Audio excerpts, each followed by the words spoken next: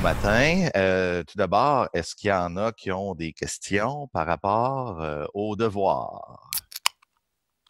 Vous pouvez lever la main pour les devoirs. Maintenant, la vraie question, c'est est-ce qu'il y en a qui ont remarqué qu'il y avait un devoir qui a été mis sur le site? Ah, il y en a qui lèvent la main, donc vous l'avez remarqué. Est-ce qu'il y en a qui ont commencé à regarder le devoir?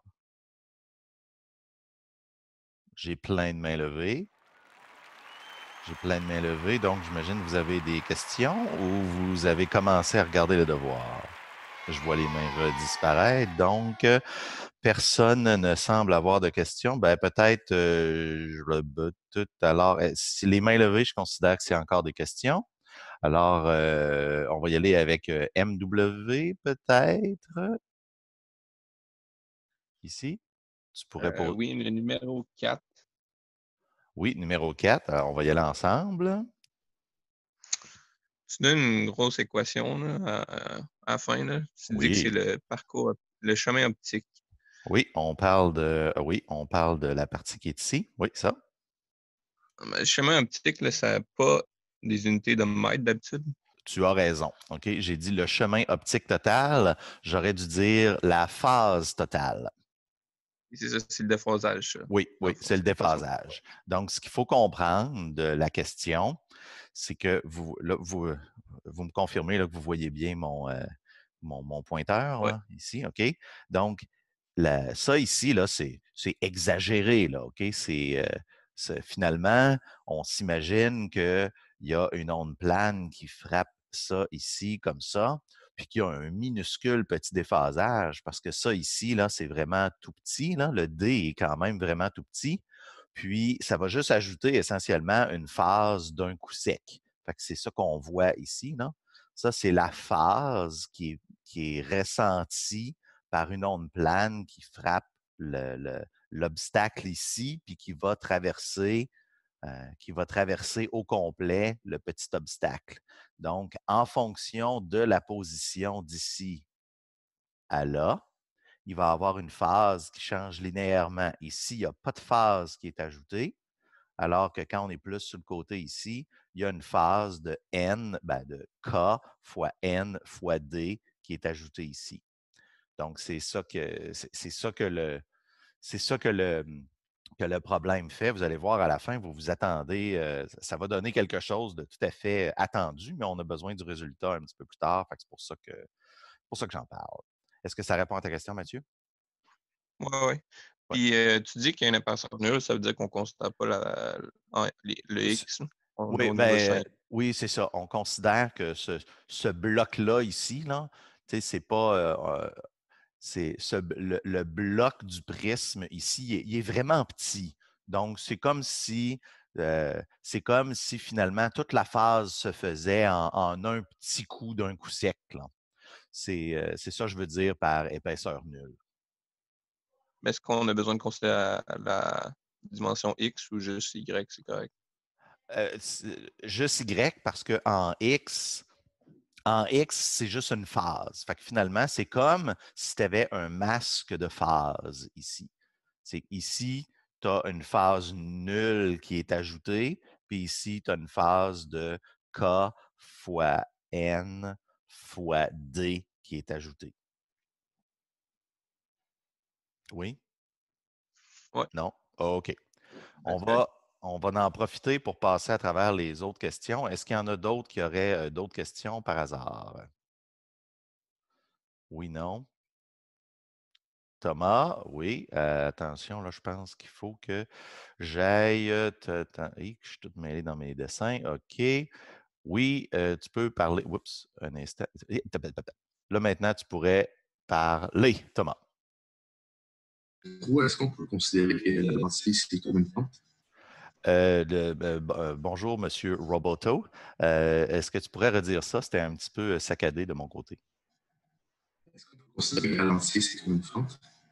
Est-ce qu'on considère que la lentille, c'est une fente? Là, on parle de quel numéro ici? Le 3, excuse, numéro 3. En fait, oui.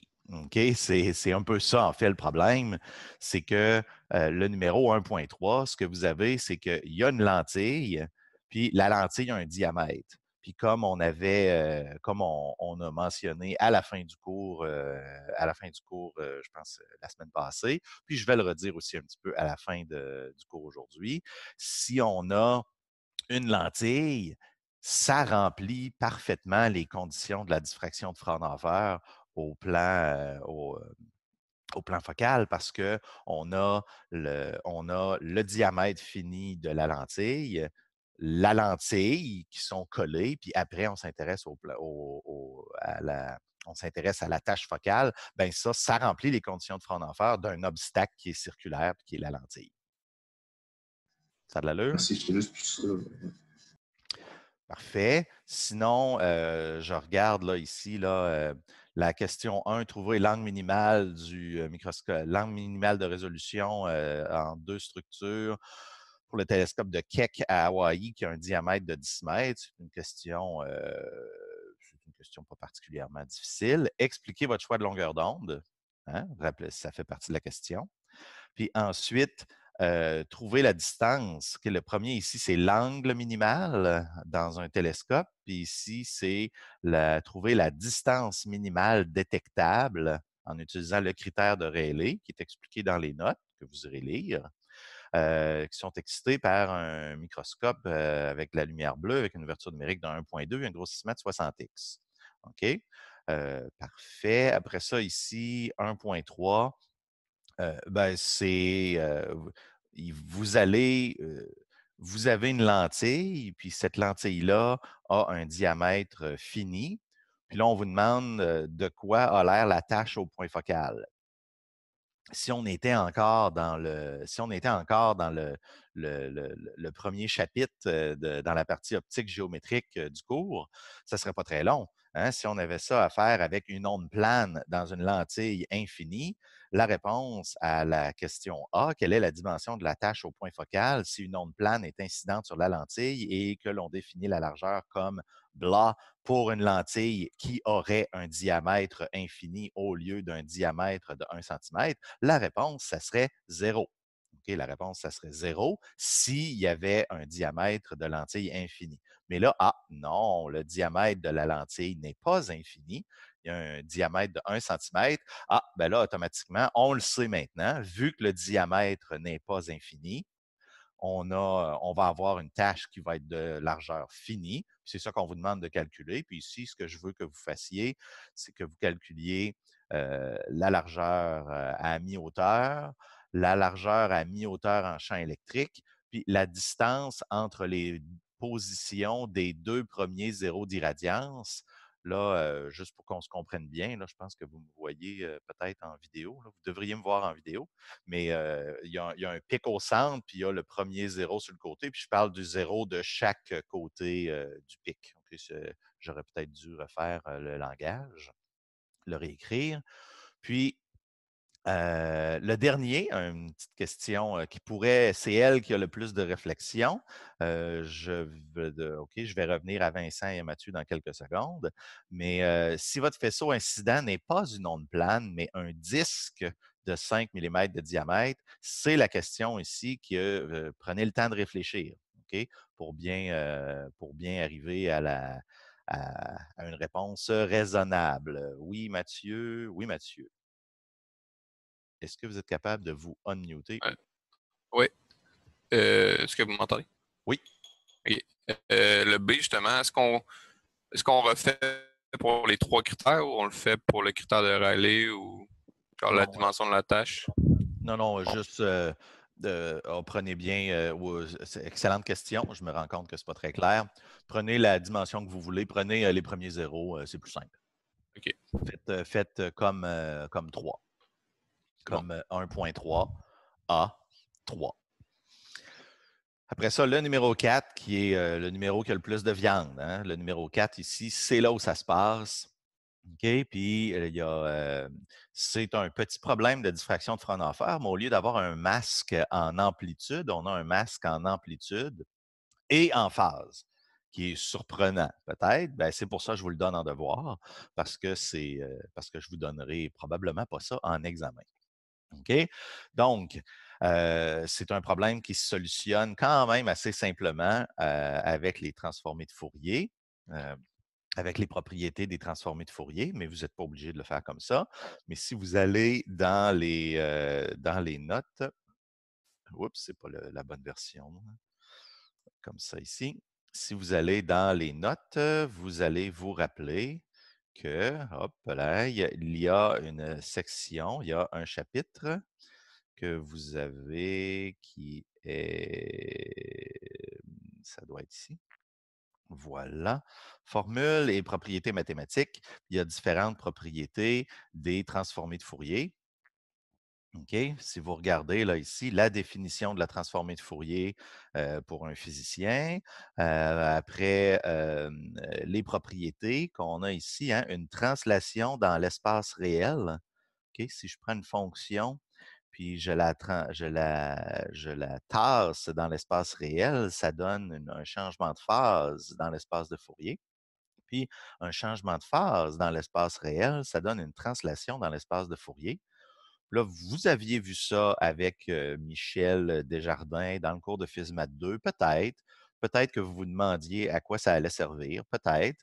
Ben, vous allez donc avoir à retourner ici et essayer de voir comment ça peut s'appliquer dans le problème qui nous intéresse.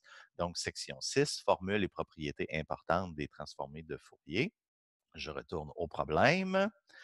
Puis là, ensuite, un petit peu de physique. Vous allez voir, vous allez obtenir une réponse en particulier ici qui devrait vous dire quelque chose. Puis de toute façon, vous le savez ce qui va arriver. Il n'y a pas de surprise ici quand même, là. Vous le savez ce qui va arriver. Le rayon, il va frapper ça.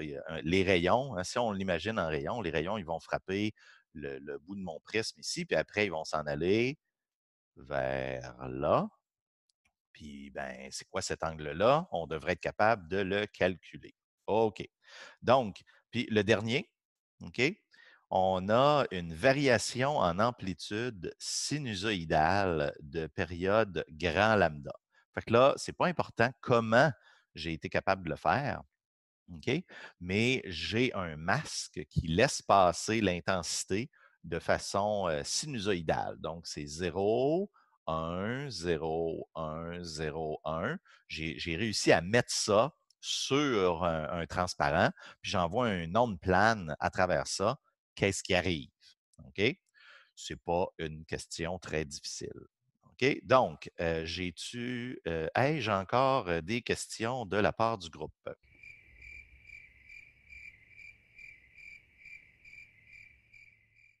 Le silence est assourdissant. Parfait. 27 personnes, c'est bien. Je suis très content qu'on ait encore plein de gens. Donc, si on regarde, si on retourne au portail ici, vous allez remarquer que le devoir est dû le 3 avril, qui est très tard, hein? Avec un peu de chance, on serait retourné en classe, mais non, on va être encore peut-être bien en quarantaine.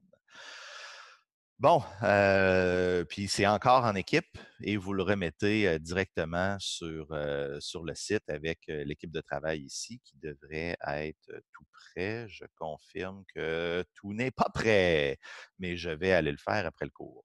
OK. Puis finalement, j'ai les copies, hein. Attendez, je vais vous les montrer. Ceux qui me regardent sur le web. Hop là! Ah! J'ai reçu les belles copies d'examen et je vais corriger ma partie tout de suite après le cours aujourd'hui. Bon, donc, s'il n'y a pas d'autres questions, on va se lancer dans la partie de l'optique de Fourier. Donc maintenant, je cesse de partager mon écran comme ça et j'y vais maintenant avec mon écran de iPad. Est-ce que vous voyez bien mon écran d'iPad? Des mains qui se lèvent, c'est un succès. Parfait. Puis, à moins que, juste parce que c'est désagréable, là, je vais laisser mon vidéo, mais vous ne me verrez pas la face souvent là, parce que je vais me pencher pour être sur mon iPad et pour regarder mon écran. Mais je le laisse quand même. Voilà. OK. Donc, il y a quelqu'un qui m'avait demandé là, d'enlever la petite affaire dans le bas ici. Là, je ne suis pas vraiment capable de le faire. Je suis pas vraiment capable de le faire intelligemment. Il va falloir le tolérer pour aujourd'hui ou l'éditer dans la vidéo par la suite. OK. Donc, qu'est-ce qu'on a fait jusqu'à maintenant? On a fait la diffraction, puis on a fait la diffraction pour la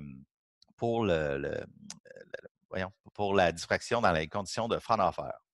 Les conditions de Fraunhofer, c'était quoi donc exactement? C'était un obstacle, une illumination plane sur un obstacle, donc la source est relativement loin, ou la source est au foyer d'une lentille qui l'envoie vers l'obstacle. Puis la deuxième partie, c'est soit qu'on regarde après l'obstacle très, très, très, très loin, ou on regarde tout de suite après l'obstacle, il y a une lentille, puis on regarde au point focal. Donc, ça, avec ces deux conditions-là, on est en condition de Fraunhofer, puis on avait réussi à montrer que, excusez, je vais remettre mon équation ici, mais on avait réussi à montrer que dans le cas qui nous intéresse, on était capable de simplifier puis d'obtenir que finalement, c'était le champ c'était l'intégrale du champ sur l'obstacle, OK, suivi d'une phase qui était linéaire. OK? C'est vraiment la partie importante. C'est pour ça ici que Fraunhofer, ça marche bien. OK? Parce que la, la, la, la phase est linéaire. Dans la diffraction de Fresnel, on a plutôt une phase qui va avoir une composante linéaire et quadratique, mais nous, on ne le fait pas dans le cours parce que c'est assez compliqué comme ça. Là, OK, je vois qu'il y a des affaires qui rentrent. OK, parfait. Oups, OK. Comme ça, voilà. Vous voyez toujours mon iPad. J'espère qu'il n'y a pas de problème. Oui. S'il y a un problème, faites-moi signe, s'il vous plaît. Merci. OK, Damien. OK, voilà. OK. Donc, je retourne à. C'est quoi mon plan pour aujourd'hui? C'est quoi mon plan? Quel est mon plan? J'ai un plan. OK? C'est qu'on a parlé de diffraction, mais il y a un lien. Il y a quelque chose en optique qui s'appelle l'optique de Fourier. Puis, vous commencez peut-être à vous en douter, mais c'est plus que juste de dire que la diffraction, c'est la transformée de Fourier, au plan focal. C'est plus que ça. En fait, on se rend compte quand on se met à décrire la lumière avec la diffraction dans des systèmes d'imagerie que tout d'un coup, on peut refaire une deuxième interprétation en se basant sur les composantes transverses du nombre d'ondes ou du vecteur vecteur rayon, là, le fameux K ou le fameux K. Okay, oui, c'est ça, le nombre d'ondes. OK? Donc, ça, c'est la première partie, c'est l'interprétation. Okay? C'est l'interprétation de l'optique en termes de composantes de Fourier dans le plan transverse. Ça, c'est une première partie. Puis la deuxième, qui vient un peu de ça, puis que je veux vous montrer parce que ça a un intérêt pratique, c'est qu'on peut en fait faire ce qui s'appelle des filtres spatiaux, okay, qui sont faits directement optiquement. Okay? Donc, vous savez qu'on peut faire des fils de Fourier, mais là, on peut faire des fils de Fourier directement sur un montage. Okay? Puis, bon, je vais après vous avoir un petit peu illustré ça ici, le filtre spatial. Je vais vous montrer, on va discuter des fréquences spatiales, puis je vais vous montrer qu'on peut faire des petits filtres. Oh, attention, ma fille qui veut du temps. OK, pour son. Oups, attention là. OK, un instant, on va se rendre ici. Voilà. OK. J'aurais dû. Ma fille a besoin de faire ses devoirs sur son propre iPad. OK. Donc, voilà, on continue. On arrive je vais vous montrer comment on peut faire un petit filtre d'image, puis surtout, comment on peut faire pour manipuler les images. Je vais vous donner un petit exemple de logiciel pour voir, pour vous donner là, des outils pour que vous puissiez travailler puis explorer vous-même. Parfait. Donc, pas de surprise, ça, je viens de le montrer il y a quelques minutes. OK? Puis, bon, un instant, ça commence à s'en venir un petit peu tannant. Bon, ben alors, vous allez me voir donner une permission à ma fille pour pouvoir faire ses devoirs. Hein? 1, 2, 3, hein, et voilà. On lui donne toute la journée pour faire ses devoirs. On lui donne toute la journée pour utiliser Microsoft Word. L'école à la maison, version live. Voilà, nous revoici dans le problème où on était. Ça, en fait, je n'ai pas besoin d'en reparler parce que j'en ai parlé la dernière fois. OK? Oui, j'en ai reparlé la dernière fois. Bon, ça s'en vient un petit peu tannant, excusez-moi. Je vais d'ailleurs aller en mode ne pas déranger. Et voilà. Bon, je suis désolé, chers collègues. Bon, OK. La triste réalité de l'école à la maison. Voilà. Ce n'est pas fini, hein? Ça s'en vient un petit peu tannant.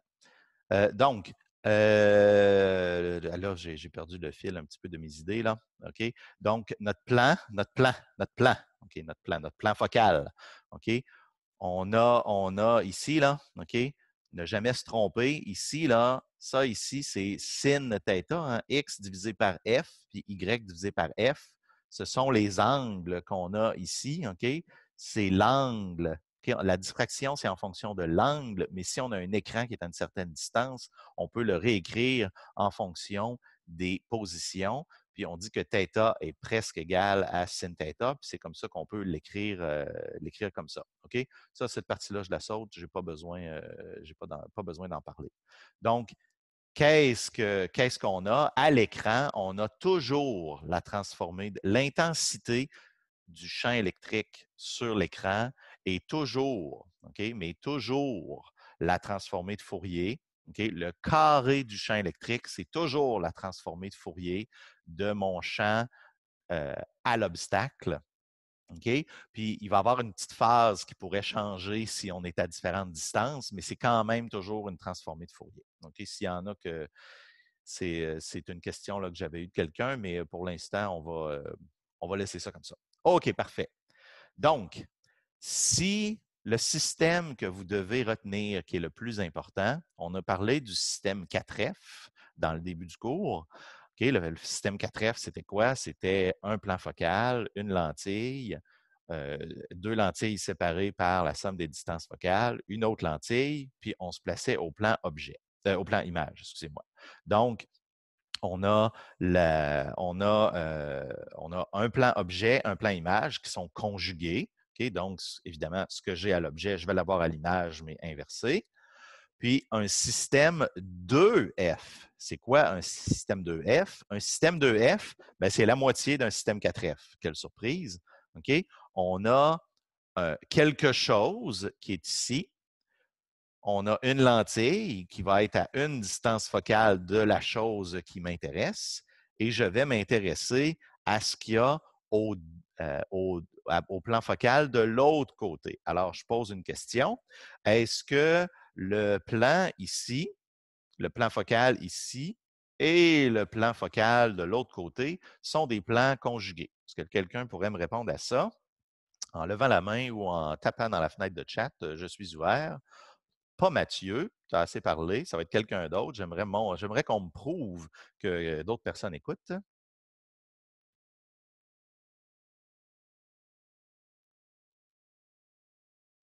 Alors, bon matin tout le monde, vous pouvez revenir, le cours est commencé.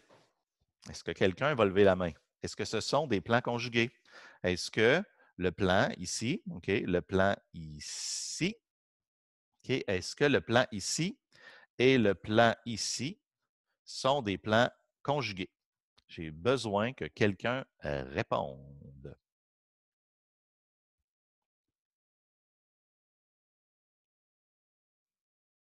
Non, Mathieu.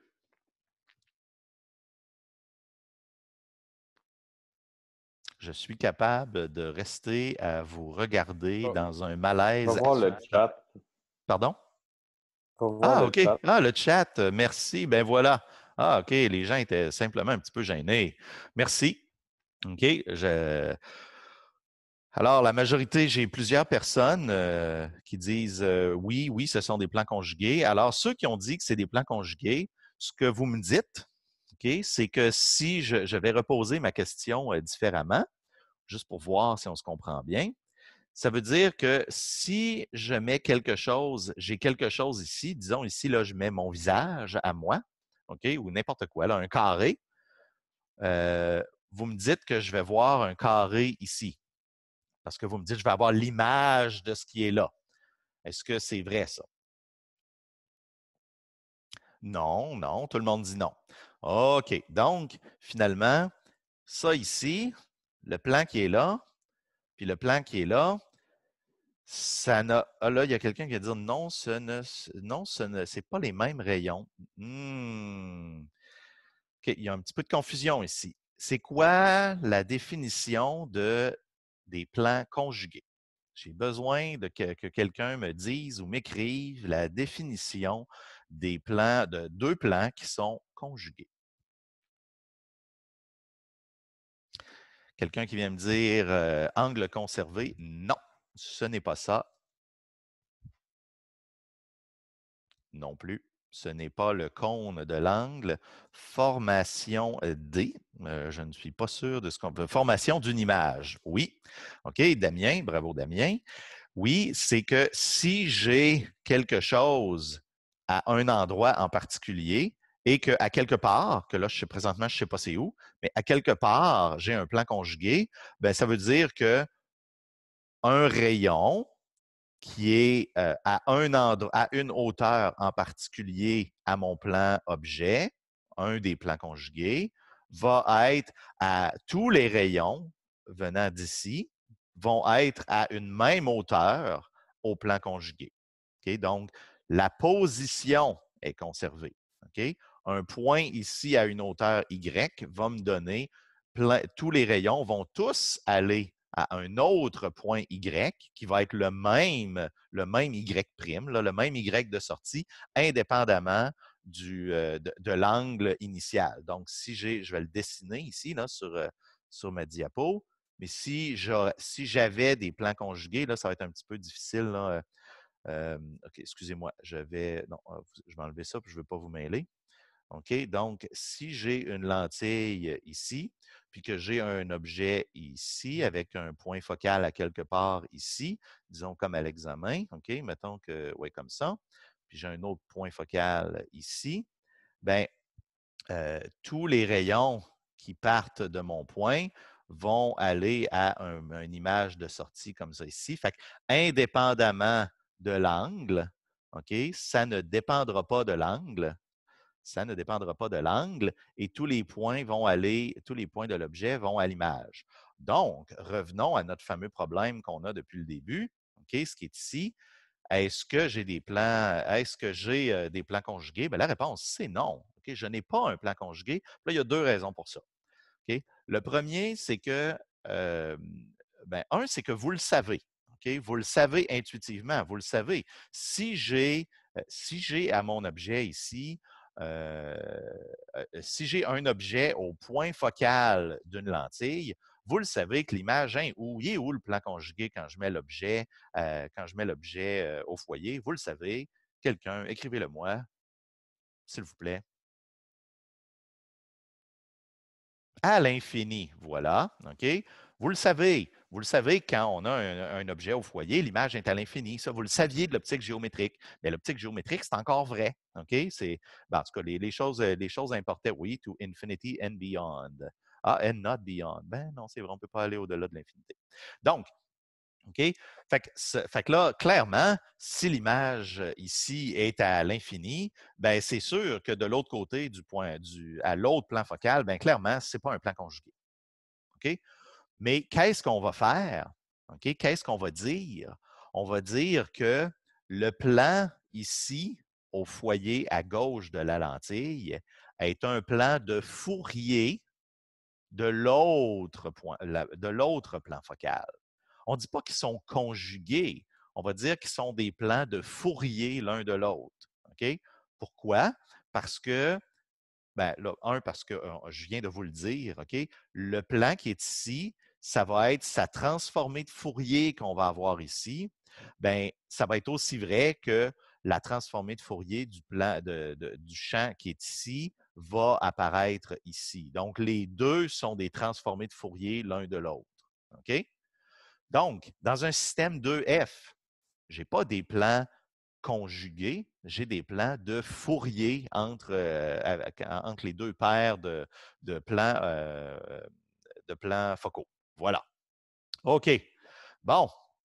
OK. Ce que ça veut dire, c'est que ça veut dire que, imaginez-vous donc, OK, si j'ai quelque chose ici, bien, ici, j'ai sa transformée de Fourier. Bien là, c'est quelque chose d'important, là.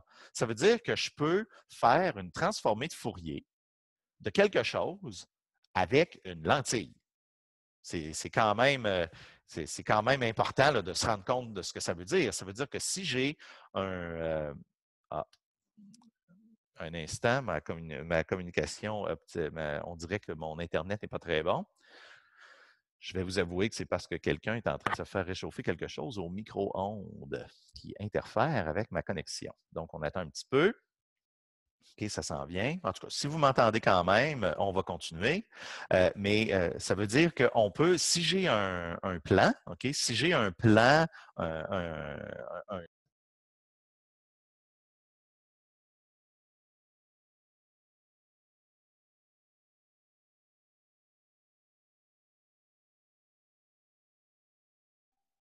T'es muté, Daniel.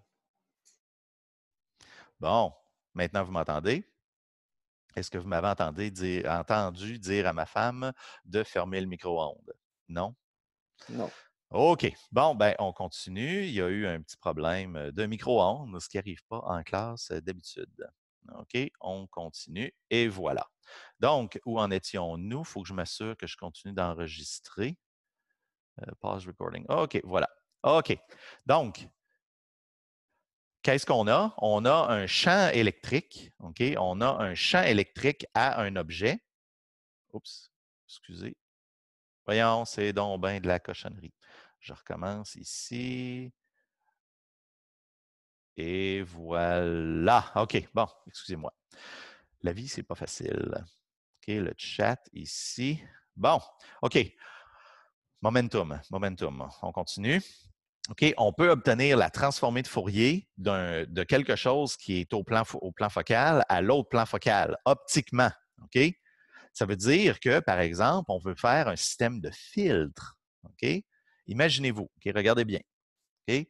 Là, ici, j'ai une lentille, puis j'ai ici, OK, j'ai ici ah non, excusez, c'est pas celle-là qu'il faut que je prenne. OK? Ici, j'ai une lentille, j'ai un objet qui illumine ma lentille, puis ce système-là ici envoie une onde plane sur un diaphragme qui est mon obstacle. OK? Ça, ici, c'est mon obstacle. Donc, ici, qu'est-ce que j'ai? J'ai ma première lentille qui me met en condition de Fraunhofer. Donc, ici, j'ai mon champ, la distribution de mon champ sur ma fente. J'ai ma lentille. Puis ici, qu'est-ce que j'ai? J'ai la transformée de Fourier du champ ici. Puis ensuite, si je remets une deuxième lentille, puis que je les place aussi à une distance focale comme ça ici, qu'est-ce que je vais avoir? Ici, j'ai l'image. Donc, si je ne fais rien, si je ne fais rien de particulier, je pars d'ici, j'ai mon objet, on va l'appeler mon objet. Ici, j'ai sa transformée de Fourier. Faisons semblant que je ne fais rien ici, là, mais ici, il n'y a rien de particulier. J'ai sa transformée de Fourier. Puis ensuite, je reprends encore sa transformée de Fourier. Quand je prends la transformée de Fourier de quelque chose 2 fois, qu'est-ce que ça me donne donc déjà? Cours de FISMAT 2 avec Michel. Je prends la transformée de Fourier de quelque chose et ensuite, je reprends la transformée de Fourier. Pas la transformée de Fourier inverse, mais bien la transformée de Fourier 2 fois. Qu'est-ce que ça donne? Pas de réponse. Pas de réponse. M'entendez-vous? Confirmez-moi au moins que vous m'entendez. Parfait. Alors, j'ai besoin, oui, on entend.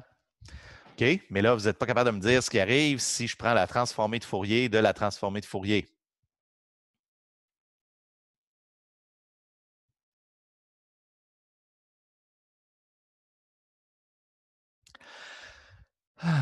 La transformée de Fourier, ça donne l'opposé de la fonction originale. OK, vous pourriez le faire, OK?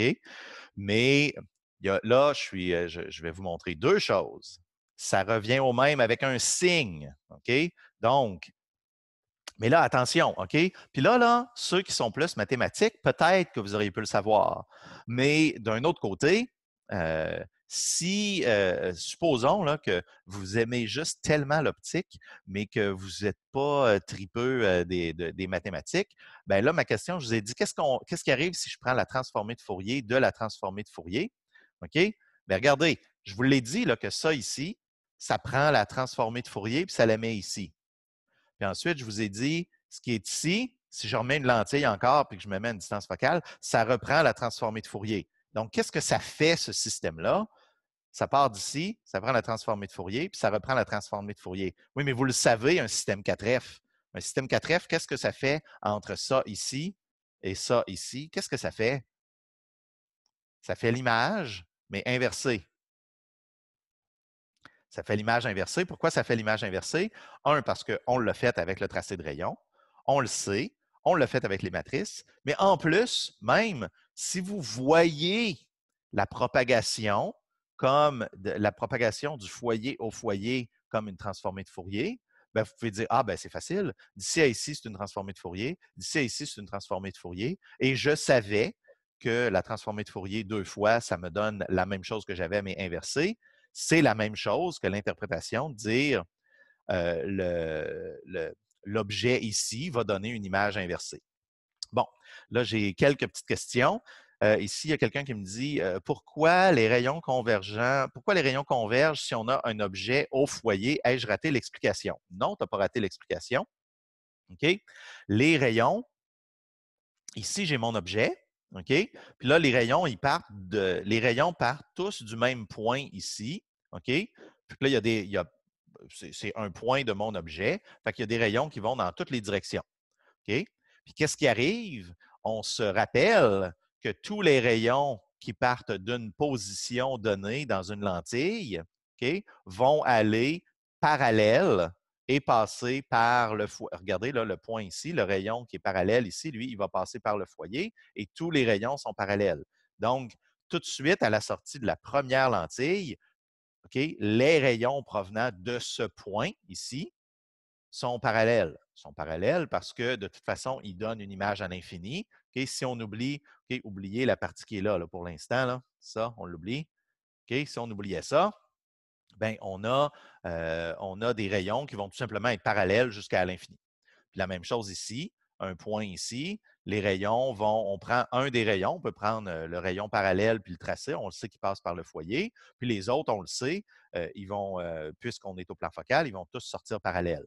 Okay? Donc ici, les rayons sont parallèles. Ce qui fait converger, c'est la deuxième lentille qui fait converger, comme Julia Lepage-Tremblay nous a dit dans la fenêtre de chat. OK. Donc, j'enlève ça parce qu'on en a besoin. Est-ce que, jusqu'à maintenant, est-ce que les gens voient que, je répète encore, je me répète plusieurs fois, c'est le matin, OK?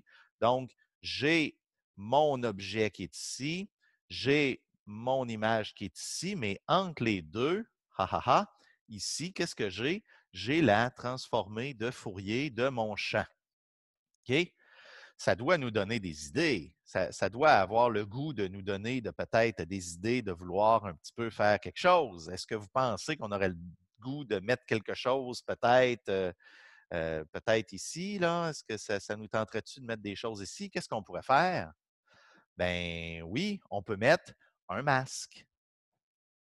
OK? On peut mettre ouais, excusez, je lis les questions en même temps. OK? Donc, ce qu'on peut faire, c'est on peut mettre un masque, on peut mettre quelque chose ici. OK? Si ici, j'ai la transformée de Fourier, OK? On s'imagine qu'on a ici un profil, j'ai un profil quelconque, puis je vais avoir sa transformée de Fourier. Bien, moi, je peux placer un masque qui va bloquer certaines composantes. OK? Je peux mettre un masque particulier qui va transformer, qui va ajouter une phase ou qui va changer l'amplitude. Puis ensuite, quand je vais regarder à l'image, au plan image, je vais avoir l'image, l'objet ici, l'objet original, filtré, qui va apparaître ici en image filtrée. Si tu mets un écran, si tu mets un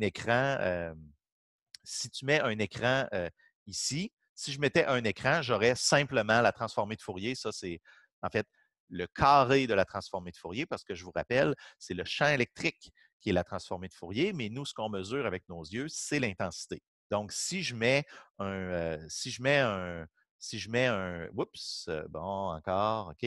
Si je mets un champ comme ça ici, OK, si je mets un écran ici, ce que je vois, c'est la transformée de Fourier. Mais si je mets un masque, peut-être un obstacle ou une phase, ben, je vais pouvoir changer la transformée de Fourier ou travailler dans l'espace de Fourier. Donc, on va faire un exemple. Okay, regardez ça. Okay? Puis c'est vraiment utile pour de vrai. Okay? Imaginez-vous que, par exemple, j'ai un faisceau. Okay? J'ai un faisceau qui a un profil gaussien. Hein?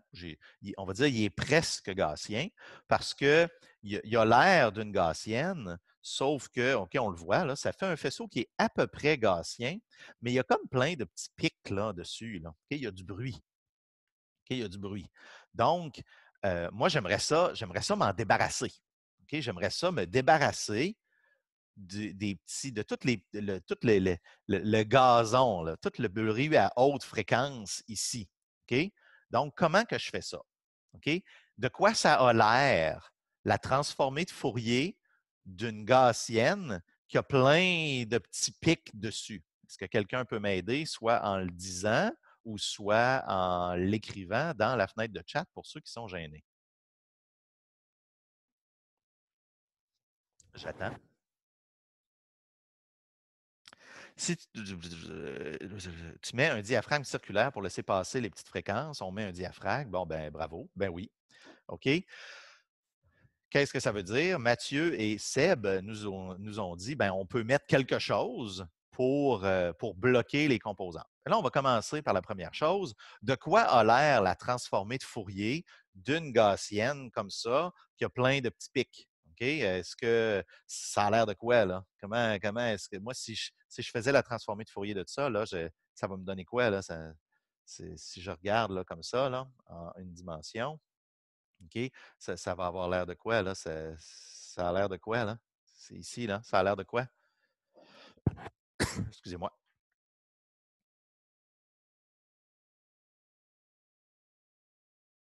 Encore une fois, silence assourdissant. Excusez-moi encore. Voyons. OK. On va prendre une pause bientôt. Un autre gaussienne avec des pics. Oui, OK, parce que vraiment, excusez-moi, vraiment, là, il va falloir que je me prenne un petit verre d'eau. OK? Donc, la transformée de Fourier de ça, c'est quoi? Bien, ça, c'est quoi, là, ça? Ça, c'est une gaussienne, puis on sait que la transformée de Fourier, la transformée de Fourier d'une gaussienne, c'est une gaussienne. Jusque-là, ça va. Puis là, ben, il y a plein de petites choses qui varient plus rapidement.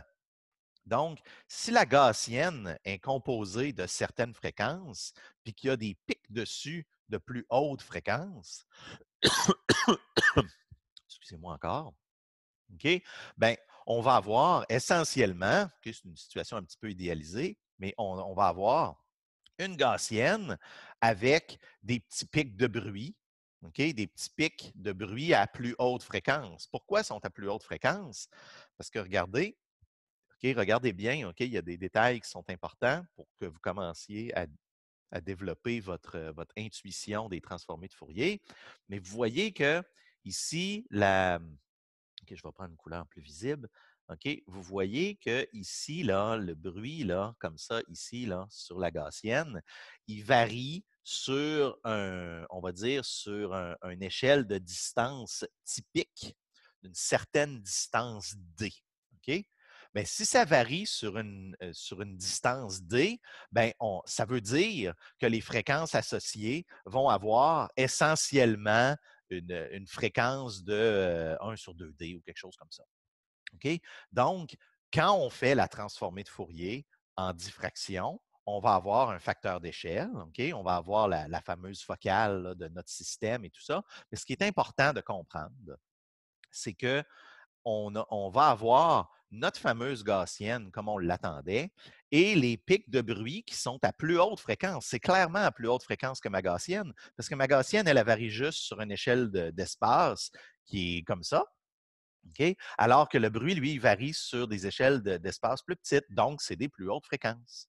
OK? Fait qu'ils vont apparaître plus loin dans le spectre de Fourier. Donc, j'ai mon spectre gaussien à plus basse fréquence, puis j'ai un petit peu de bruit à plus haute fréquence. Bien, qu'est-ce qu'on peut faire? Qu'est-ce qu'on peut faire? Comme ça a été dit, bien, on peut mettre un diaphragme. Donc, moi, ce que je peux faire, c'est, je vais dire, bien, parfait, je fais le calcul. OK? Je fais le calcul. Je dis, OK, je sais que je devrais avoir une gaussienne parce que c'est moi qui l'envoie, c'est moi qui décide ce que j'envoie dans mon système. OK?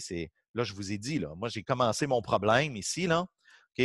J'ai commencé mon problème en disant, j'ai un faisceau gaussien qui a un peu de bruit. OK? C'est moi qui ai commencé mon problème comme ça. OK? Donc, j'envoie mon faisceau gaussien avec du bruit dans un système 4F. Puis là, je vais vouloir mettre quelque chose après 2F. OK? Donc, je remonte ici. Comment est-ce qu'on peut filtrer le profil? Bien, ce qu'on va faire, c'est qu'on va dire, bien, parfait, puisque je sais que je vais avoir mon profil gaussien suivi d'un petit peu de bruit à plus haute fréquence, bien, je vais bloquer la partie à plus haute fréquence avec un diaphragme, puis je vais laisser passer la partie à plus basse fréquence, qui est la partie qui m'intéresse, c'est la partie gaussienne. Donc, comment est-ce que je peux faire ça? Bien, je fais un filtre spatial avec un diaphragme. OK? Donc, ça ici, c'est quoi? Ça, c'est un trou, c'est un obstacle qui est un trou, puis ensuite un bloc, OK? Un obstacle. OK? Bien, si je mets cette structure-là, OK? Oups! Wow, wow, wow, wow, wow, wow. OK? Si je mets cette structure-là, attention, je retourne ici. Si je mets la structure ici, OK? Si j'arrivais ici avec mon fameux faisceau gaussien, comme ça ici, OK? Puis là, oubliez, il n'y a pas d'ouverture, là. OK? Si j'envoie un faisceau gaussien dans mon système, puis que ici, moi, je vais avoir mon faisceau gaussien, il y a du bruit. Là. Supposons qu'il y a du bruit. Oui, en mettant les hautes fréquences.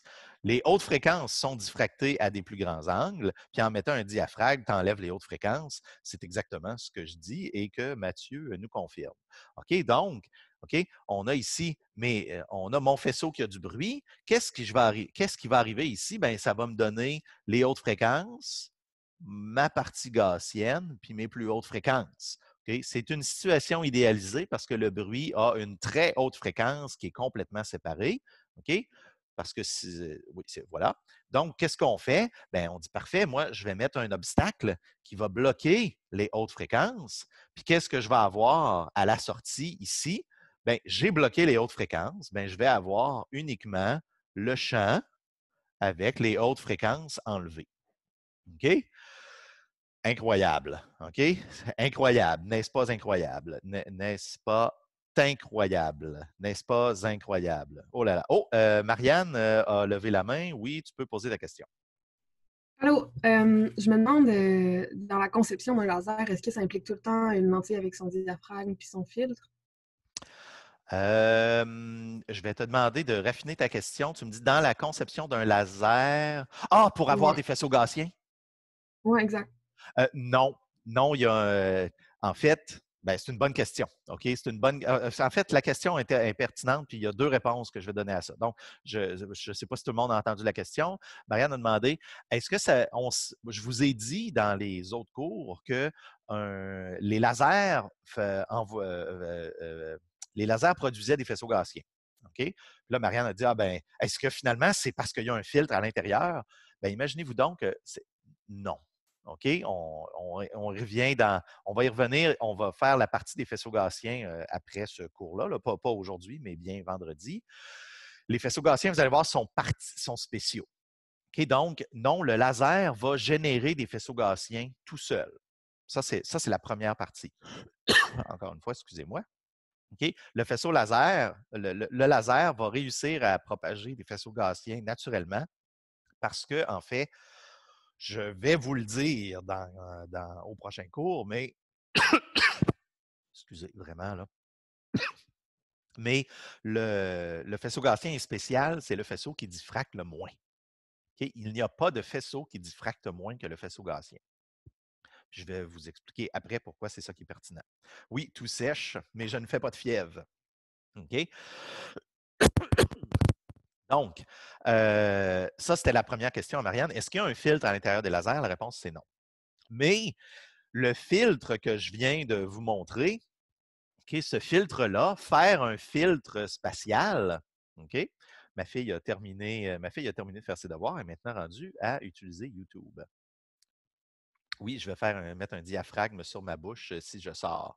OK? Je termine avec ça pour la première heure. C'est quoi le plan? OK? C'est que le filtre qu'on va faire, vu qu'on le sait que les lasers produisent des faisceaux gaussiens, souvent, on a besoin de garder ce beau faisceau gaussien-là. Puis quand on l'envoie dans notre système, si on veut faire, par exemple, de l'holographie, si on veut si on veut caractériser un échantillon en diffractant sur l'échantillon, on voudrait peut-être avoir un faisceau qu'on connaît très bien, comme un faisceau gaussien, par exemple. Okay? Bien, on va utiliser des filtres comme ça. Ça s'appelle vraiment un filtre spatial, okay? En anglais, un spatial filter, qu'on va mettre. On va mettre un petit système avec une lentille, un diaphragme, une autre lentille pour filtrer le profil de notre faisceau, souvent le profil de notre laser, pour le garder gaussien. OK? Oui, ça se fait. OK? Ça se fait pour de vrai. Donc, j'arrête ici pour la première partie, la première moitié du cours. Je ne veux vraiment pas tanner les gens en dépassant le temps. Donc, s'il y en a qui ont des questions, lâchez-vous lousse. Sinon, on va prendre une petite pause d'une dizaine de minutes. Il est présentement 9h40, puis on va revenir vers 9h50. Est-ce qu'il y en a qui ont des questions avant qu'on aille à la suite? Parce que c'est vraiment le bon moment pour prendre une pause.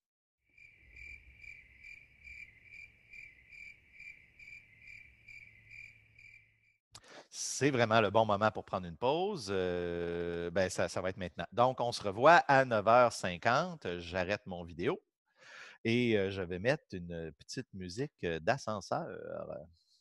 OK? À plus tard. On se revoit à 9h50.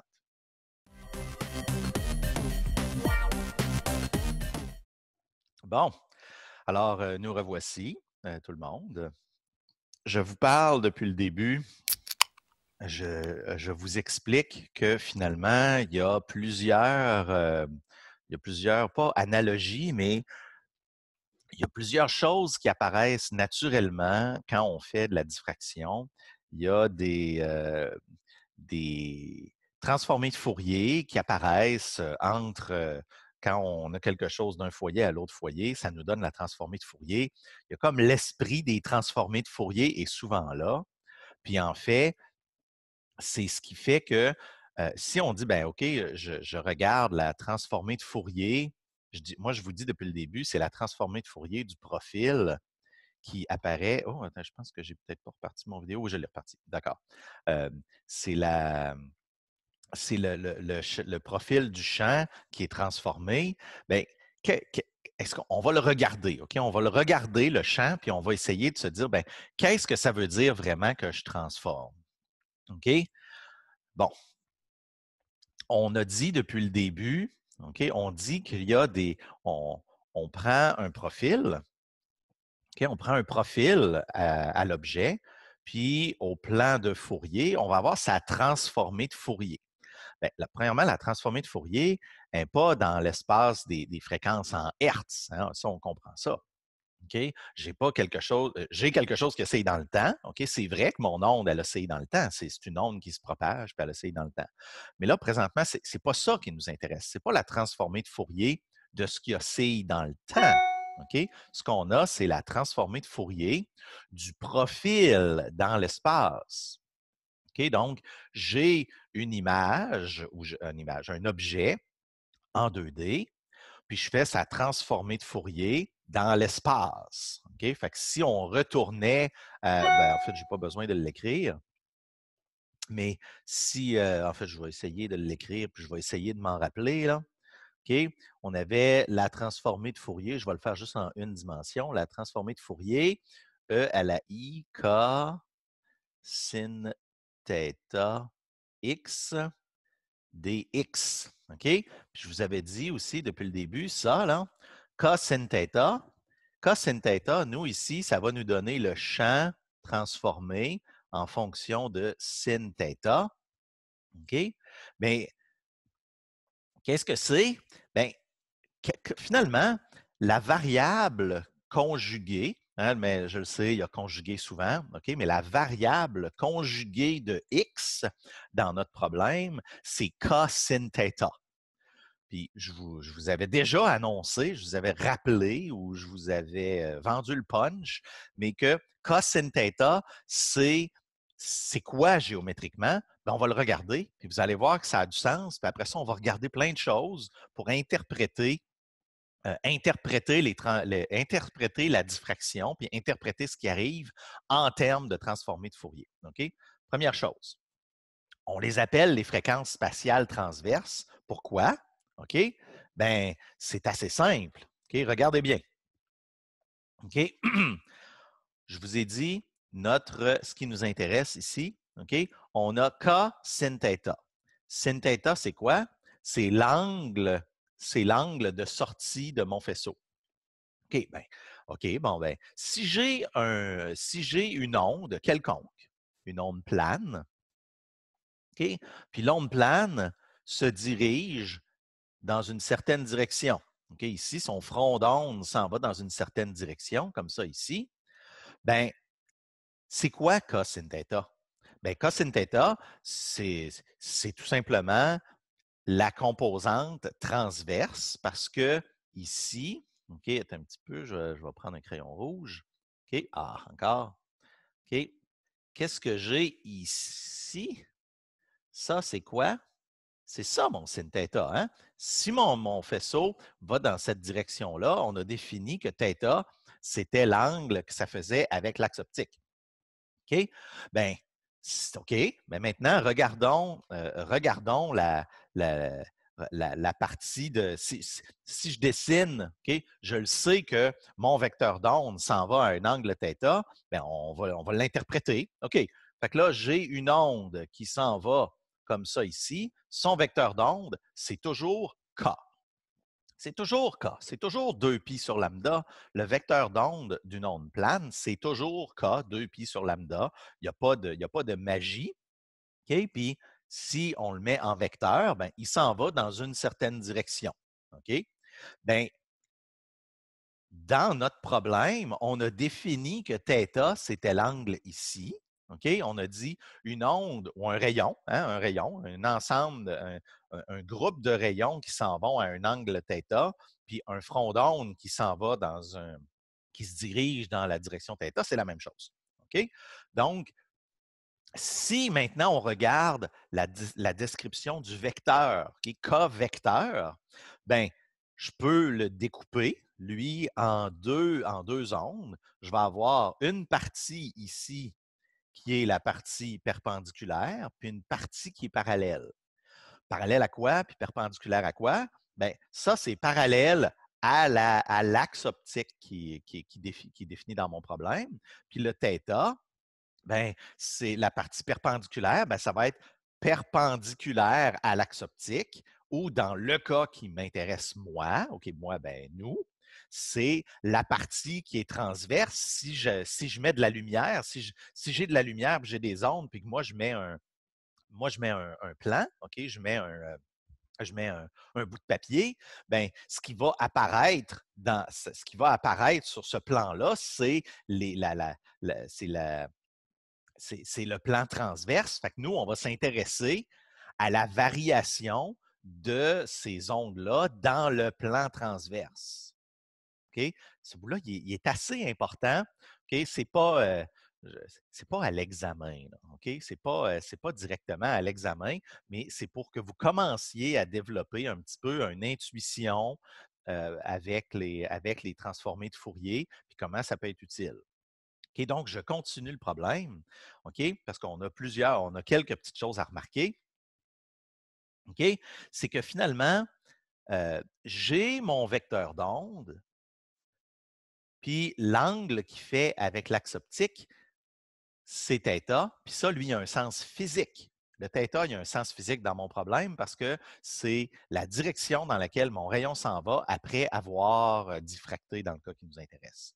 Bon, mais la partie perpendiculaire, c'est sin θ fois k. Donc, l'interprétation géométrique de k sin θ, c'est la partie perpendiculaire du vecteur d'onde dans notre problème. OK. La deuxième chose maintenant à retenir, OK, c'est qu'en fait, on n'est pas vraiment surpris. Hein? On n'est pas vraiment surpris.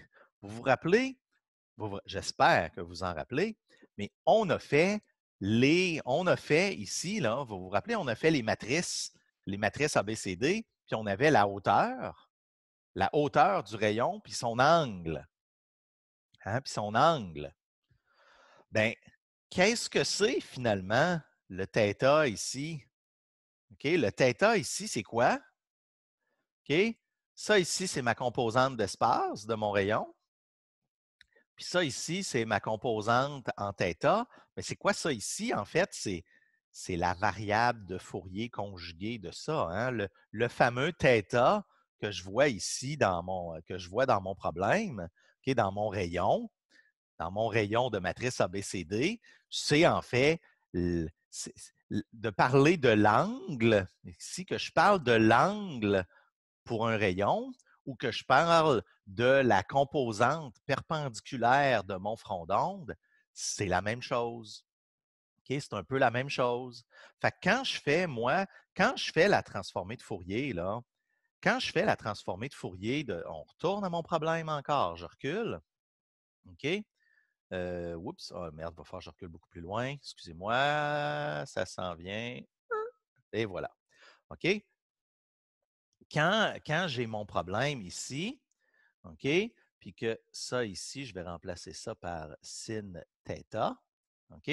Donc, ici, j'ai mon K sin θ, OK, que je pourrais bien remplacer par K perpendiculaire, c'est la même chose, fois X.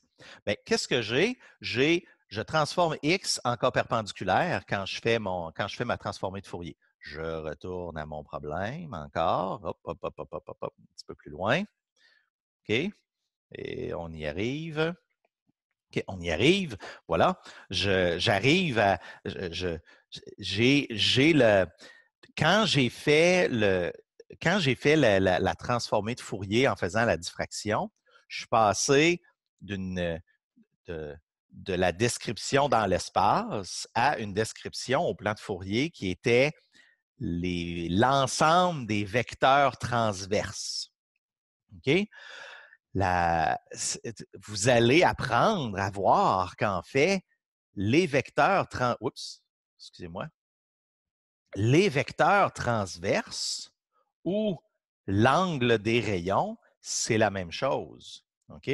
Puis en fait, peut-être même que vous l'aviez vu depuis le début, mais qu'est-ce qui arrive quand j'ai une matrice? Quand j'ai une matrice quand j'ai un rayon qui est au point focal d'une lentille, puis que je mets une lentille, puis que je regarde ce qui arrive de l'autre côté, à l'autre plan focal. Vous l'avez eu à l'examen, vous êtes déjà capable de le faire avec les matrices. Qu'est-ce qui arrive? Qu'est-ce qui arrive quand je fais la propagation d'un rayon d'un plan focal à l'autre plan focal avec le système de matrice ABCD? Qu'est-ce que ça me donne? Il y a quelqu'un ici qui dit Y égale à F θ. je vais me mettre au tableau. OK, je vais faire un petit tableau rapide.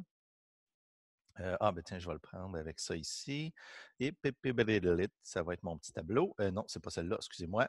Tableau, tableau, tableau. Vite, mon tableau. Où est mon tableau? Hey, tableau. Tableau. Voilà. OK. C'est ça que j'avais dessiné la dernière fois. OK, hop. OK. Qu'est-ce qu'on a donc déjà? Hein, on va le faire ensemble. On va le faire ensemble. Si j'ai R θ, comme ça ici, okay, j'ai un rayon arbitraire, puis j'ai un F01, ensuite ma lentille 0, moins 1 F1, puis ça ici, 1 F01. Est-ce que quelqu'un peut me dire qu'est-ce que ça va donner ici? Est-ce que quelqu'un peut le multiplier pour moi? Est-ce que quelqu'un peut multiplier pour moi?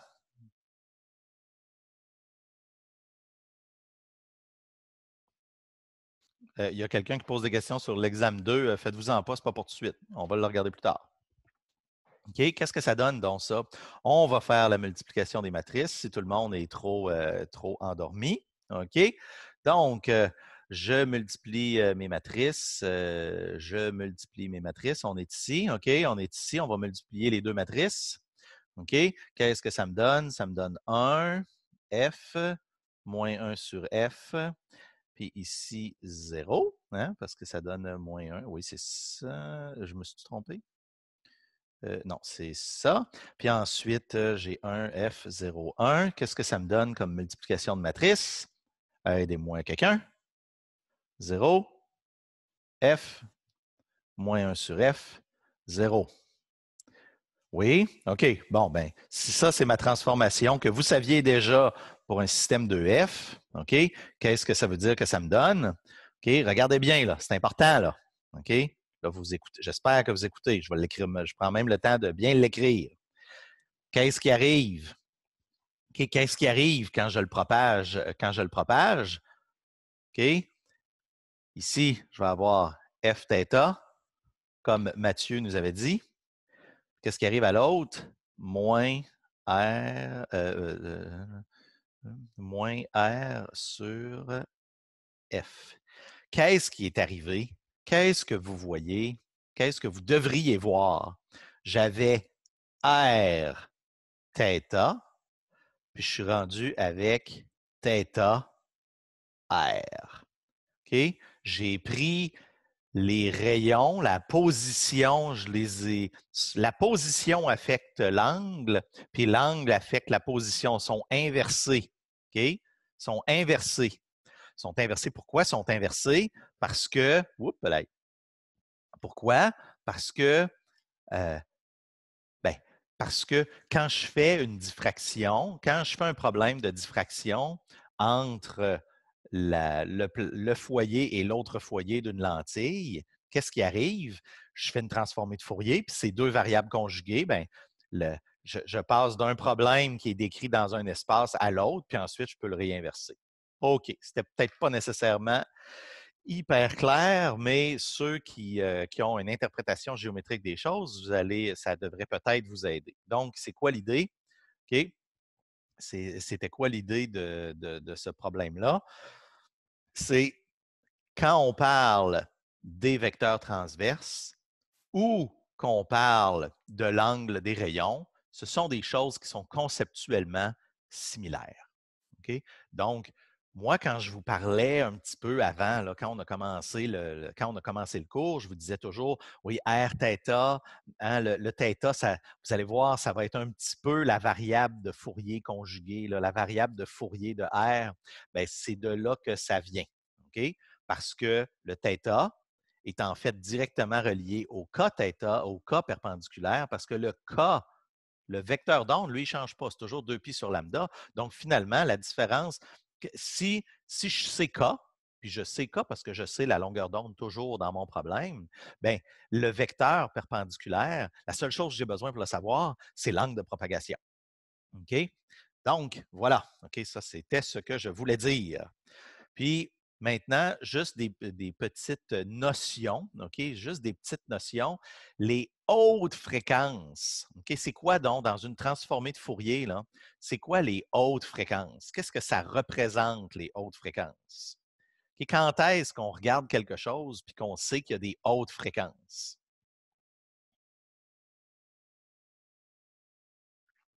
Damien qui dit le bruit. OK? Damien nous dit le bruit, ben, il n'y a pas tort, mais ça va me prendre un petit peu plus que ça. OK? C'est le bruit, mais pas n'importe quel bruit. Là. Tu penses à quelque chose. Quand toi, tu me dis bruit, mais bruit, tu penses à quelque chose qui varie rapidement. Hein? Quelque chose qui varie rapidement, ça va être des hautes fréquences. OK? Donc, OK?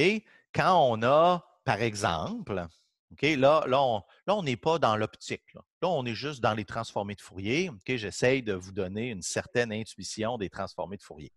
OK? Puis j'essaye d'enlever les réflexions du soleil sur moi. J'ai l'air d'avoir un petit glow, là. C'est tout chic. OK. Quelque chose comme ici, que j'imagine que vous... Oui, il y a quelqu'un qui me pose une question? Damien? Damien?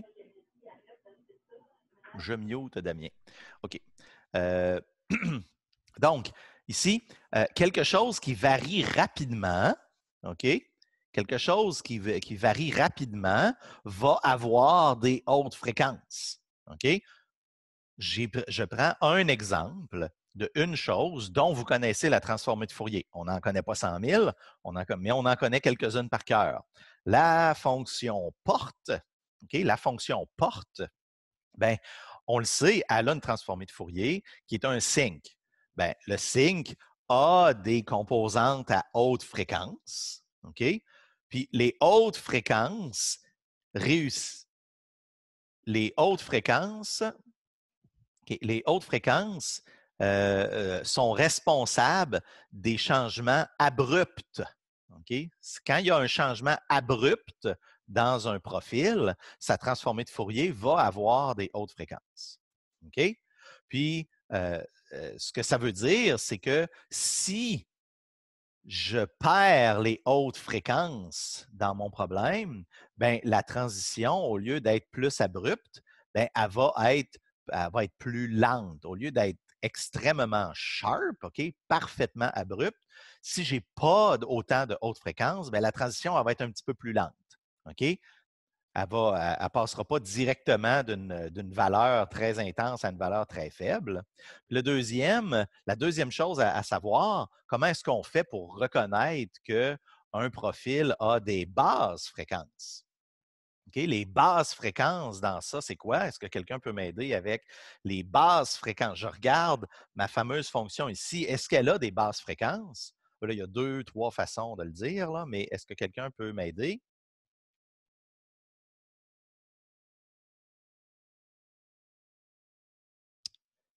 Silence. Les plateaux, oui, OK, ça varie très lentement.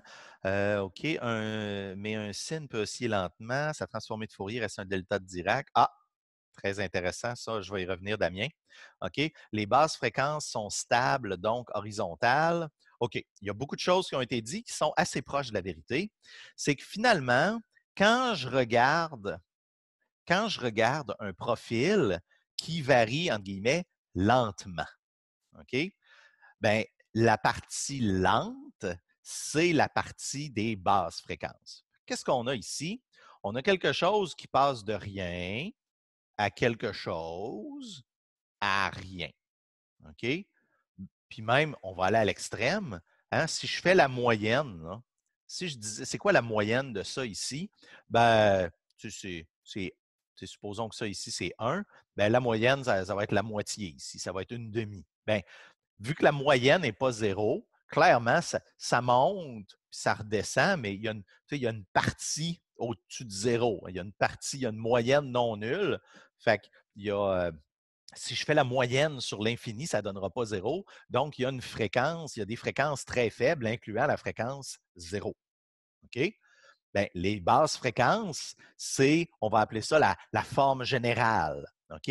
Bien, si ici, j'ai une moyenne non nulle, bien, la moyenne, c'est la composante DC ici. C'est la composante à 0, à une fréquence spatiale de 0, parce que ça ici, ça ne descend pas en bas. Ce n'est pas une moyenne de 0. Hein. Ça ici, ça va de 0 à quelque chose à 0. Fait que la moyenne, clairement, ça ne peut pas être en bas de 0 parce qu'ici, ça ne descend pas en bas de 0. Okay? Donc, la moyenne, c'est la composante DC, puis l'échelle générale, hein, ça ici, là, ça varie sur une échelle d'environ delta X. Hein, tu sais, on va dire, ben oui, ma porte, elle a une certaine largeur, delta X. Ben, ça veut dire que je vais avoir beaucoup de fréquences spatiales faibles qui sont environ plus petites que à peu près 2π sur delta X. Fait que le pic ici va avoir une largeur approximative, okay, de l'ordre de 2π sur delta X, c'est-à-dire la fréquence spatiale qui est associée à une variation dans l'espace de delta X. Fait que ça bouge à peu près de delta X dans l'espace, ça va me donner à peu près un vecteur dans un vecteur dans l'espace de Fourier d'environ 2π sur delta X. OK? Puis la dernière chose que je voulais dire avant d'aller, oui, c'est ça. La partie ici, la fréquence DC, hein, on va l'appeler la fréquence DC ou la fréquence 0, c'est la moyenne. OK? Quand même assez pertinent à retenir dans la vie. OK. J'ai d'autres choses à dire, mais la fréquence nulle, c'est la moyenne. OK? Parfait. Là, je veux passer les prochaines diapos parce que je veux sauter directement, à ma partie de profil. OK? Les autres, vous irez les voir si ça vous tente, mais c'est trop difficile. OK? On a dit tantôt, puis je vais finir plus tôt aujourd'hui, je n'ai pas l'intention de dépasser mon temps. Une petite gorgée d'eau pour plus enlever cette toux sèche. OK? Est-ce que vous voyez encore mon écran? Oui, OK. Donc, on a filtré ici, tantôt, je vous ai montré qu'on pouvait filtrer une gaussienne qui avait du bruit parce que si le bruit est très rapide, bien, le bruit ici va être à des fréquences plus élevées. Puis on va pouvoir mettre un filtre, hein, on l'a mis, on va mettre un filtre, on va bloquer la partie haute fréquence, puis il va juste nous rester la basse fréquence. Puis là, bien ça, c'était assez facile parce que ce qu'on avait, c'était une gaussienne qui était très séparée de son bruit. Mais peut-être qu'on voudrait le faire pour quelque chose qui n'est pas, idéal. Hein? OK? Pour un filtre idéal, c'est facile, mais si c'est pas un autre, si j'ai un autre filtre, par exemple, si je veux faire le contraire, OK? Je pourrais, au lieu de, ici, là, qu'est-ce que j'ai fait? Ça ici, je laisse passer, puis ça ici, ça bloque. OK? Fait que qu'est-ce que ça a fait? Ça a, puis soyons bien clairs, là, OK? Il faut bien comprendre que le diamètre de cet obstacle-là, c'est pas, on ne prend pas n'importe quoi, là. OK? Il faut qu'il y ait la bonne échelle pour arriver au bon endroit, puis ça se calcule. OK? On est capable de savoir la grosseur de la tâche qu'on va avoir quand on va faire la transformée de Fourier au foyer. Puis ensuite, on va choisir la grosseur de l'obstacle pour bien filtrer. Mais là, supposons qu'on veut faire l'inverse. Hein? Supposons qu'au lieu de bloquer la partie des hautes fréquences ici, je voudrais bloquer la partie des basses fréquences. Hein? Non, mais tu sais, tout d'un coup, là. OK? Comment est-ce qu'on pourrait faire ça? Bien, premièrement, je peux simplement mettre un obstacle qui va bloquer le faisceau en plein milieu, puis qui va laisser passer les hautes fréquences. Fait que ça, je pourrais le faire au laboratoire. OK? Je pourrais aller au laboratoire, puis prendre un obstacle, puis le mettre au centre, puis ça va enlever toutes les hautes fréquences, toutes les basses fréquences, puis ça va garder les hautes fréquences. Bon, ça serait Ça serait quand même assez niaiseux, là. Ben, en tout cas, niaiseux. Ça va uniquement garder le bruit dans le cas qui nous intéresse. Ça va uniquement garder les hautes fréquences. Puis les hautes fréquences, c'est pas c'est pas la partie intéressante. Mais peut-être que je voudrais m'intéresser à, peut-être que je m'intéresse aux hautes fréquences d'un objet en particulier. Bien, on peut le faire au labo, mais on peut aussi le faire à l'ordinateur. Fait qu'on va regarder ça. OK? Fait au labo, on part, puis on prendrait un système avec 2 lentilles, puis au milieu, on mettrait un petit pénol ou un petit sténopé, le mot exact, OK? Un obstacle circulaire. Puis on pourrait enlever le bruit, garder le gaussien. Ou mettre un obstacle au centre pour bloquer le centre puis laisser passer le bruit. Mais je peux aussi le faire à l'ordinateur. Fait que là, c'est ça que je vais faire. Je vais vous montrer un petit outil qui est quand même assez simple pour regarder ce qui arriverait au laboratoire. OK? C'est comme si on voulait concevoir un système de laboratoire, ben, on peut le tester avant. OK?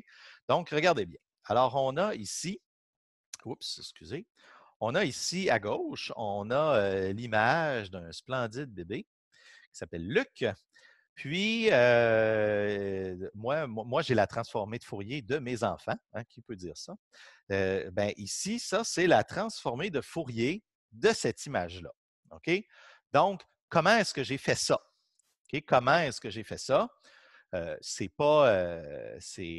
Ce que ça veut dire, OK? C'est qu'on regarde ici, j'ai le profil. OK? L'image, c'est quoi? C'est de l'intensité qui va de 0 à 1, disons. OK? Ça va de 0 élevé, 0 élevé. Vous l'avez fait. Ah, vous avez fait la transformée de Fourier de mon beau petit Luc dans le cours. Bon, ben Michel, OK, ben je vais quand même le refaire plus rapidement. OK, je vais le refaire plus rapidement. Mais qu'est-ce qui est intéressant? OK, je viens de me faire voler des diapos.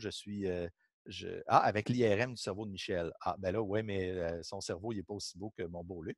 OK, donc, je continue. OK, je continue rapidement. OK, c'est exactement, je ne m'inquiète pas, ce n'était pas Luc. Donc, j'ai une image. OK? Regardez bien. Là, on va y aller là, on va regarder est-ce qu'on est surpris de l'image. OK? Premièrement, clairement, il y a des composantes lentes, hein, parce que l'intensité élevée, c'est quand c'est blanc. L'intensité noire, c'est quand l'intensité est faible. Donc, clairement, il y a l'image n'est pas noire, bien, il va y avoir des composantes aux basses fréquences. OK? Ça on n'est pas surpris, il y a des basses fréquences. Puis, on voit qu'il y a des hautes fréquences un peu partout. Hein? Regardez, par exemple, il y a des choses qui varient rapidement. Les cheveux ici, ça varie rapidement.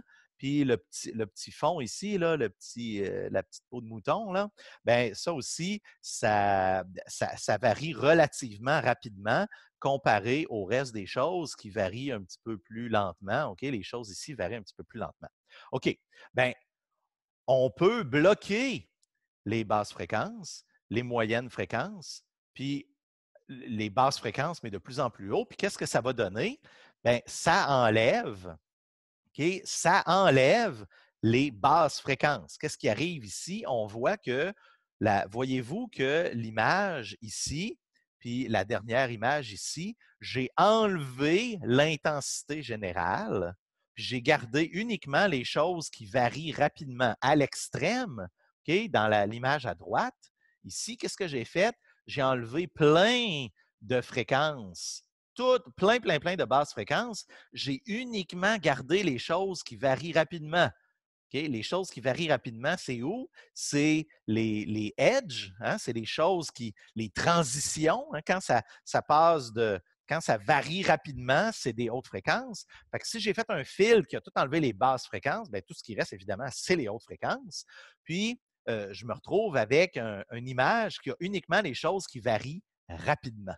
Okay? À l'inverse, vous voyez, il y a beaucoup de détails, puis on a perdu l'idée générale, mais on a tous les petits détails rapides. Okay?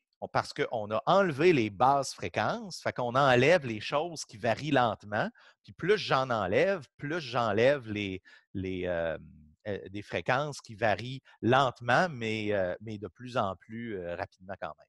OK. Puis le deuxième, si je fais l'inverse, ben là, j'enlève les hautes fréquences. Okay? J'enlève les hautes fréquences. Qu'est-ce qui arrive?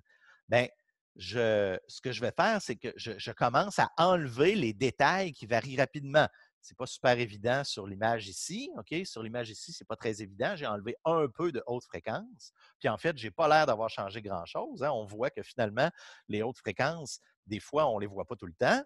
Mais si je vais à l'extrême, OK, puis que je garde uniquement les basses fréquences, bien là, vous voyez, j'ai perdu les choses qui variaient rapidement, OK? Les choses qui variaient rapidement, les edges rapides, je les ai perdus, mais j'ai l'idée générale. Si vous plissez les yeux un petit peu, puis vous regardez l'image, vous allez voir qu'en fait, moi, je le fais à l'instant. Vous pouvez me voir sur la vidéo, là, regardez, là, je plie mes yeux un petit peu. Là. Bien, les trois bébés qu'on voit en bas, les yeux plissés, là, ça a l'air à peu près pareil. OK? Ça a l'air à peu près pareil. OK? Là, j'allais dire quelque chose, ça va peut-être mêler les gens, mais qu'est-ce qu'on fait quand on plisse les yeux? OK? Qu'est-ce qu'on fait quand on plisse les yeux? On met un obstacle. L'obstacle, il fait un petit peu une transformée de Fourier de ce qui rentre dans nos yeux. Les hautes fréquences diffractent, ils ne se rendent pas à notre rétine, on ne garde que les basses fréquences. Oh, oh! Attention. OK. Donc, on peut limiter les hautes fréquences, puis ça nous permet de garder, de limiter, excusez, les transitions abruptes, puis ça limite la résolution spatiale. Oh, attention, dans l'analyse de ton image, on travaille de pixel en pixel à l'horizontale. Oui, en fait, j'y arrivais au détail, là, mais oui. OK. Comment, la première question, c'était Marianne. Dans l'analyse de ton image, on travaille de pixel en pixel à l'horizontale. Puis ensuite, Damien a posé, mais pourquoi il y a des droites qui passent par le centre? Ça représente quoi aussi, j'imagine? OK. Donc, on va y aller ici. OK. Là, je crois que j'ai deux questions à répondre ici. Marianne, je te reviens. Puis Damien, OK, tu me parles là, des droites. Est-ce que tu parles de ça ici, Damien? Est-ce que c'est de ça que tu parles? Non, les autres. Ah, celui-là ici? Oui, OK. Donc, oui, Damien demande, ça c'est, oui, OK, c'est un petit détail. OK, ici, là, ça, puis ça, puis ça, puis ça. On dirait qu'il a l'air d'avoir une structure selon l'horizontale puis la verticale. Avez-vous une idée pourquoi on voit ça? Qu'est-ce que ça représente? Pourquoi c'est là?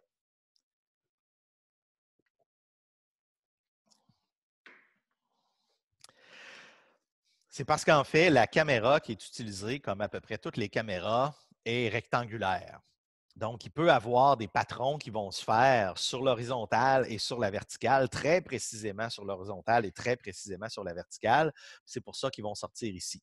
Okay? Ils vont sortir très précisément sur la verticale et très précisément sur l'horizontale. C'est pour ça que ça va donner des vecteurs qui vont être très précisément dans les deux directions.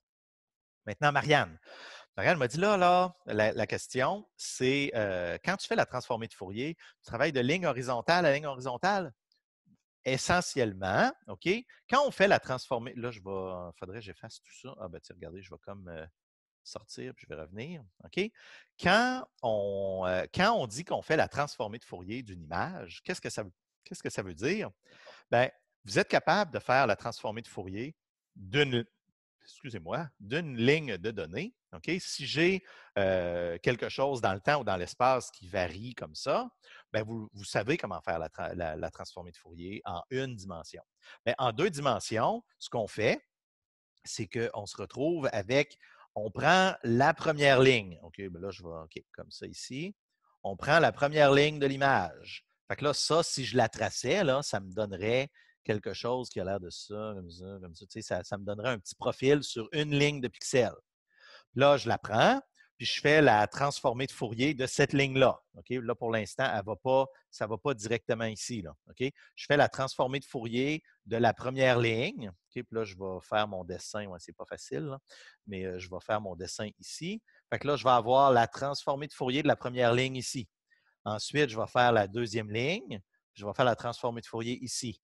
Puis je continue, je continue, je continue, puis je continue. Puis là, je vais avoir les transformées de Fourier dans la première dimension que je vais avoir mis dans mon image comme ça. Ensuite, je fais une deuxième transformée de Fourier en prenant comme ça ici. Là, je prends toutes les colonnes, puis je fais la transformée de Fourier de ça. Puis c'est ça que je mets ici. Puis c'est ça que je mets ici.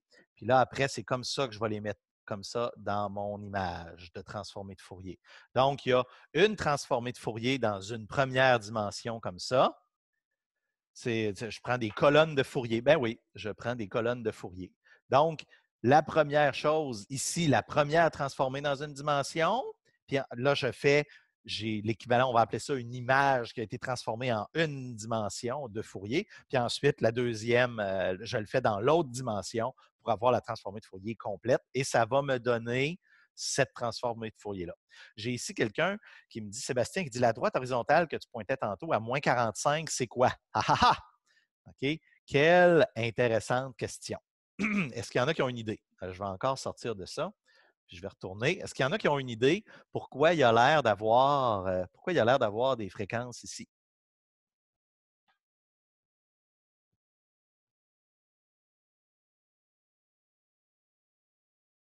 Marianne, vas-y.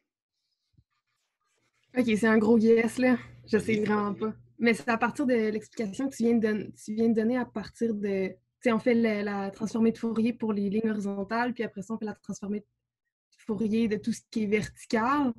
Mais j'ai l'impression que c'est juste qu'il y a une intensité qui mène un peu, genre, entre guillemets, là, ce serait ton signe, j'ai l'impression. Il y a quelque chose... Il y a quelque chose qui a l'air de varier à 45 degrés. Tu sais, c'est ça ici, là, finalement, ça ici, là, c'est une composante de quelque chose à 45 degrés. Fait que oui, ça veut dire qu'il y a un signe. Tu as raison, Marianne. Il y a quelque chose qui varie à 45 degrés à peu près. Okay? Pas précisément, mais à peu près. Okay? Je vais vous donner un indice.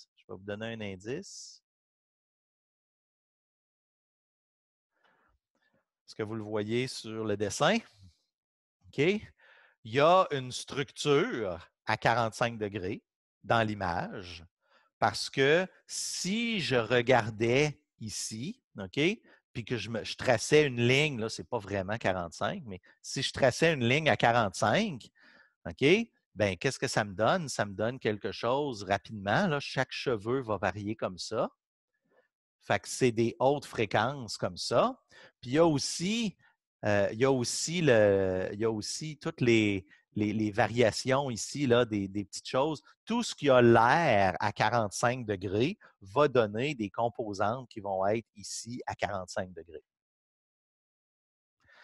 Je vous dirais l'intuition dans les transformées de Fourier. Ce que vous pourriez faire, en fait, ce serait un bon exercice. Vous prenez l'image, OK, une façon là, de voir si ce que je viens de dire, c'est vrai. Qu'est-ce qu'on ferait? Hey, ça me donne tellement le goût de le faire. Ben, je vais le faire dans un petit vidéo, puis je vais vous l'envoyer. Tiens, on s'amuse. Mais ce qu'on pourrait faire, OK, on pourrait dire, ben, c'est parfait. Moi, je vais prendre l'image ici, puis je vais aller dans Photoshop. OK? Je vais aller dans Photoshop, puis je vais tout simplement faire un blur sur la partie qui est ici. Et je vais enlever tous les détails des cheveux pour voir, si c'est vrai que ça enlève ça, puis on va savoir si j'ai raison ou non. C'est stressant, je ne l'ai pas fait. Puis là, ici, il y a Damien qui dit « Alors, pourquoi il n'y a pas de droite perpendiculaire à celle-ci pour former un genre de X? Parce que, attention, OK, c'est important.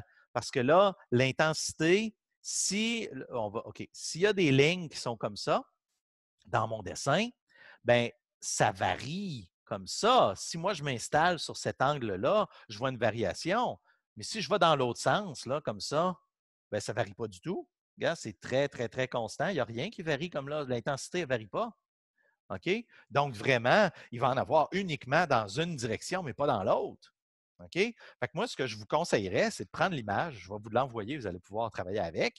Mais je vous dis, moi, en tout cas, c'est sûr, je vais aller le faire tout de suite après le cours, mais je vais enlever les détails des cheveux pour voir si c'est vrai que ça enlève les parties qui sont ici, puis vous voir si ce que je vous ai dit est vrai et si mon intuition est correcte. OK. Bon, on continue. Fait que oui, vous l'avez fait avec Michel, je suis très content. Puis, ben c'est ça. On peut, il y a tout plein, il y a tout plein de choses qu'on peut finir par faire. OK? Si vous avez quelque chose comme ça ici, un objet qui a beaucoup de variations comme ça et de variations comme ça, bien, ça veut dire qu'il va avoir une composante. Il va avoir des composantes, par exemple, comme ça ici, comme ça ici, comme ça ici, puis comme ça ici. OK? Si c'était des sinus, bien, si on bloque les composantes ici et ici, il ne reste que les variations dans cette direction-là. C'est ce qu'on voit ici. Fait que je peux enlever les variations dans une direction en gardant uniquement les choses selon l'autre direction. OK? Pourquoi je fais tout ça? OK? Pourquoi je fais tout ça? OK? Mon plan, c'est que que vous développiez pas une habitude, mais une intuition avec les transformés de Fourier. Puis ce qui est intéressant, c'est que la partie optique, c'est la réalisation expérimentale des transformés de Fourier quand on fait des systèmes d'EF. Donc, vous pouvez un petit peu le penser en termes d'intuition au labo ou en termes d'intuition mathématique, mais c'est la même chose. OK?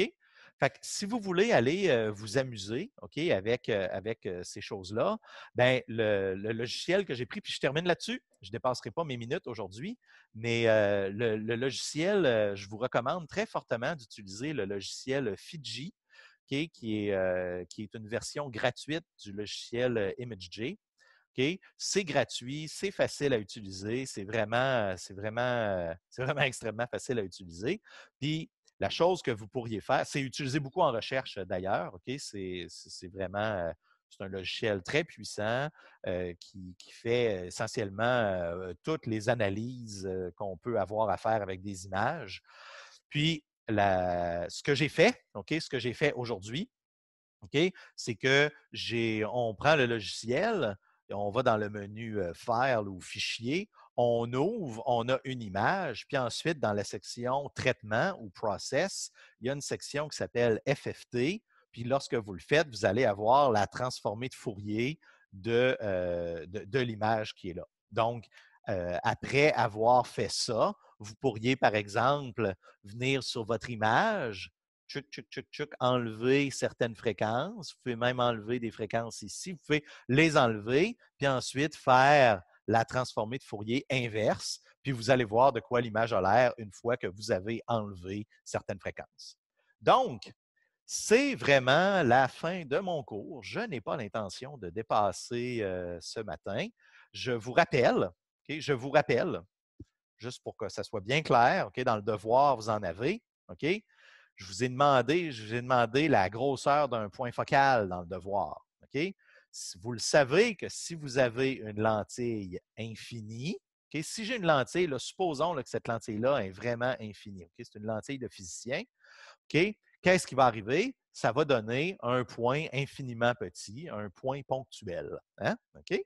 Puis, au contraire, si la lentille que j'ai, elle a un diamètre fini, bien, de dire donnez-moi le profil ou la grosseur du point focal, puis de dire traitez ça comme un problème de diffraction d'une fente circulaire de diamètre D dans les conditions de Fraunhofer à une distance F, c'est la même chose. OK? Puis une dernière note, une toute petite dernière note pour le problème, un des problèmes dans le devoir. Je vous dis, supposons que vous arrivez avec un faisceau qui n'est pas une onde plane. Ce n'est pas une onde plane. J'ai une onde à la place qui va avoir un certain diamètre, comme ça ici. OK? Elle a un profil fini, puis elle frappe la lentille, puis elle ne remplit pas la lentille. C'est aussi un problème de diffraction. Mais qu'est-ce qui est le diamètre pertinent? Est-ce que le diamètre pertinent, c'est la lentille ou finalement, c'est le profil fini qui rentre? Je ne réponds pas. Vous êtes capable de répondre. OK? Je pense que ça devrait être assez simple. Donc, moi, c'est pas mal la fin. Puis la raison pourquoi je voulais, ça c'est toutes des affaires que j'ai montrées la dernière fois. OK? Vous allez voir ce qu'on va faire. Là, on a fait la diffraction avec des carrés. OK? Des fentes carrées et des fentes circulaires. La fente circulaire, particulièrement pertinente, elle revient souvent. OK? Mais là, on va avoir d'autres sortes de fentes. On va avoir comme un peu une fente gaussienne. OK? Fait qu'au lieu vraiment d'avoir un profil qui est bloqué par un obstacle, on va tout simplement faire un faisceau qui a un profil particulier fini. Ah, il y a un profil fini, il va diffracter. Bien, on va s'intéresser beaucoup au profil gaussien, puis il y a une raison pour ça. C'est ce qu'on fait au prochain cours. On va faire la diffraction des faisceaux gaussiens. C'est tellement important pour des raisons que je vais vous expliquer qu'il y a un formalisme particulier uniquement pour les faisceaux gaussiens. OK? C'est particulièrement excitant, puis ça va nous permettre de simplifier énormément les propagations de faisceaux laser parce que les faisceaux laser sont gaussiens. Donc, c'est la fin. J'ai un tout petit peu dépassé mon temps. Si vous avez des questions, je vais rester en ligne, fait que vous pourriez me poser des questions. Puis sinon, je vais vous revoir vendredi pour un beau petit 2 heures, encore une fois, où on va parler des faisceaux gaussiens. Sur ce, à moins qu'il y ait des questions, en fait, je reste en ligne. Les gens, vous êtes cordialement invités à quitter si vous n'avez pas de questions et à rester si vous avez des questions pour moi. Merci.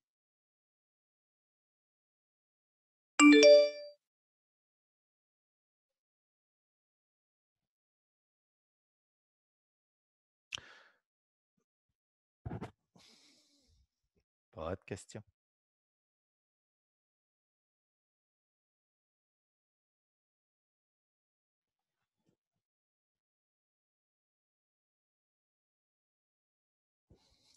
Il y a quelqu'un ici qui me demande comment tu fais pour mapper ta transformée de Fourier à chaque pixel.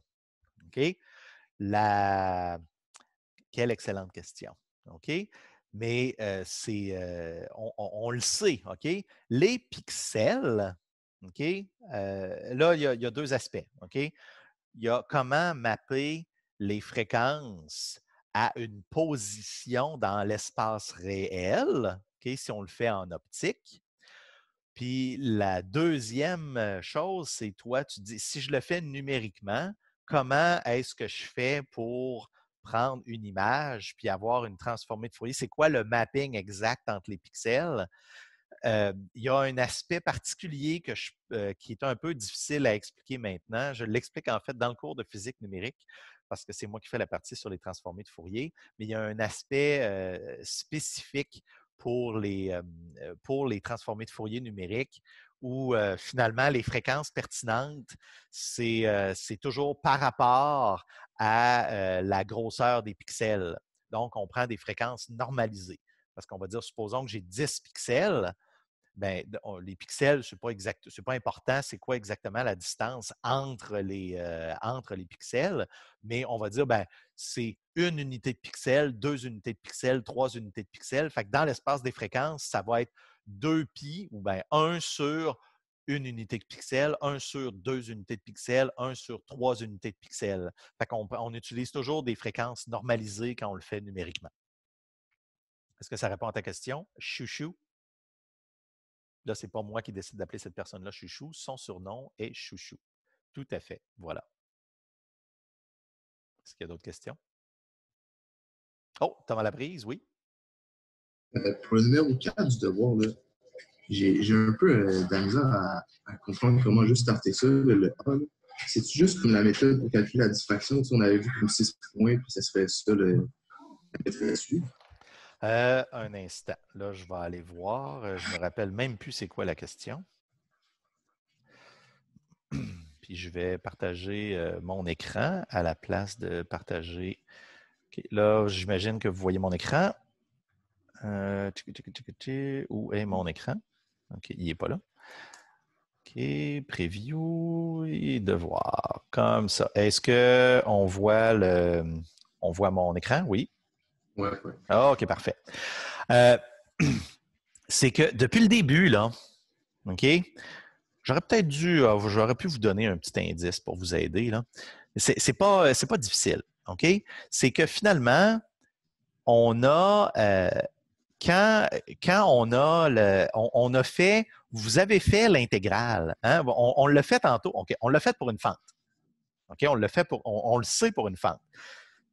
Si j'ai une onde plane qui frappe un obstacle qui bloque complètement, puis ensuite qui laisse passer, puis qui bloque complètement, ben ça, on est capable de la faire l'intégrale parce que c'est uniquement l'amplitude du champ incident. Puis vu que c'est une onde plane, ben ça fait une amplitude constante.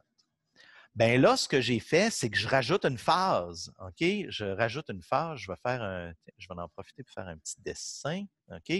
Je rajoute une phase. Oups, comme ça ici.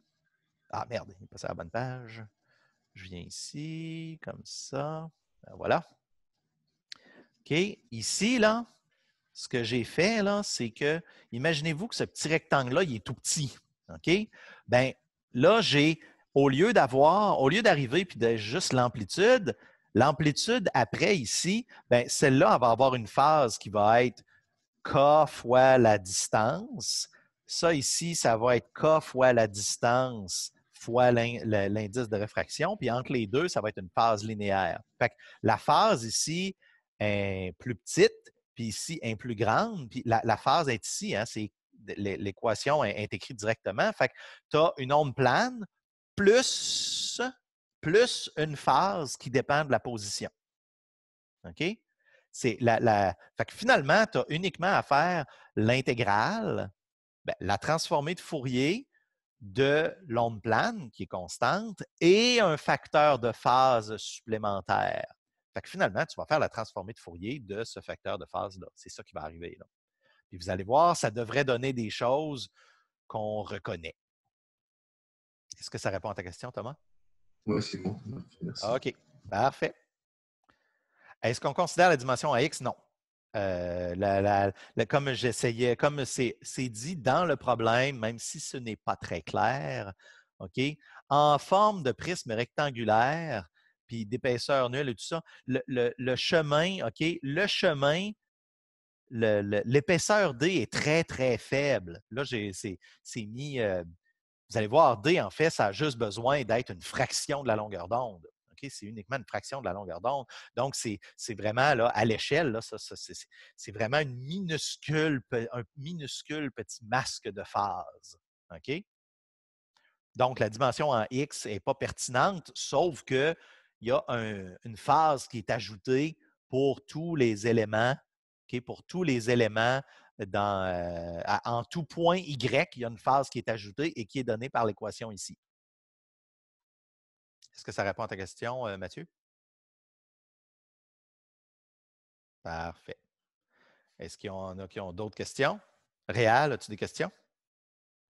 Ah, pour le 5, j'ai une autre question. Oh, ben oui. Vas-y, je t'écoute. Oui, dans le fond, pour la variation en l'amplitude au 5, là, Oui. est-ce que ça varie dans les deux dimensions? Oui. Non, excuse, j'ai répondu trop vite. Excuse-moi, je recommence. La variation, en fait, je pourrais vous la dessiner, là, mais là, je ne sais pas si tu me vois sur la vidéo. Je ne sais plus si on me voit. Oui, tu me vois peut-être? Est-ce que tu me vois? Oui. C'est vraiment juste comme une espèce de grosse vague sinusoïdale. OK? Fait qu'à un endroit, ça ne laisse pas passer rien du tout. Puis après, ça laisse passer au maximum 1. Puis après, ça redescend à 0, puis ça remonte, puis ça redescend, puis ça remonte. OK? Fait que ça va laisser passer tout le champ électrique. Après ça, ça ne le laissera pas passer. Après, ça va le laisser passer. Est-ce que ça a de l'allure? C'est plus une onde carrée qu'une onde sinusoïdale. Ben non, elle est vraiment sinusoïdale dans une direction, puis elle est constante. Il n'y a aucune variation dans l'autre direction. C'est vraiment juste, c'est une transformée de Fourier dans une dimension que ça va vous donner. OK, c'est ça que je veux savoir. OK. C'est bon. Excellent. Parfait. D'autres questions? Réal, tu n'as pas de questions? Non, j'ai pas de questions. OK. Bon, ben sur ce, ça sera la fin. À moins qu'il y ait, encore une fois, je peux rester en ligne, mais moi, j'ai terminé. Fait que je vais me mettre sur mute, à moins que les gens aient des questions pour moi. Bonne fin de journée. On se voit vendredi.